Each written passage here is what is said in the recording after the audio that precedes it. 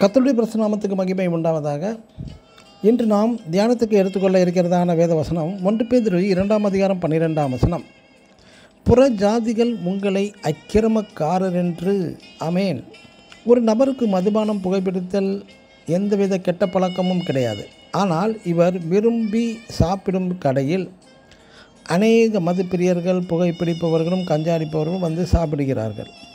புதியதாக யாராவது இவரை பார்த்ததுமே என்ன சொல்கிறார்கள் என்றால், இவரும் மது அருந்தி புகைப்பிடிப்பவரா என்று எண்ணுகிறார்கள்.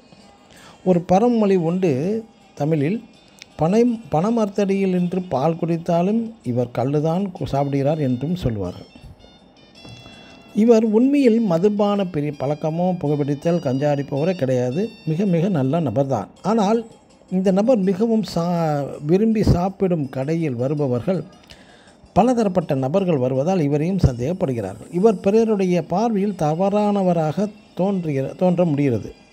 ஆகவே பார்க்கின்ற நபர்களின் பார்வை சரியில்லை என்றும் சொல்ல முடியாது. இதையே சங்கீதக்காரன் 1 அதிகாரம் 1 வசனத்தில் பரியாசக்காரர் உட்காரும் இடத்தில் உட்கார வேண்டாம் என்று அறிவுறுத்துகிறார் தாவீது.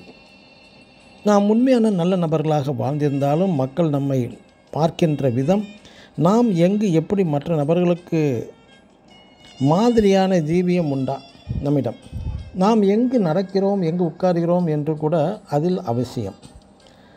நாம் எப்படிப்பட்டவர்களுடன் சேர்ந்து வாழ்கின்றோம், நெருக்கமாக வாழ்கின்றோம் என்று அறிய வேண்டும். உன் நண்பன் யார் என்று பெயரை சொல் என்பார்கள். அப்போது நீ யார் என்று சொல்லிவிடுவார்கள்.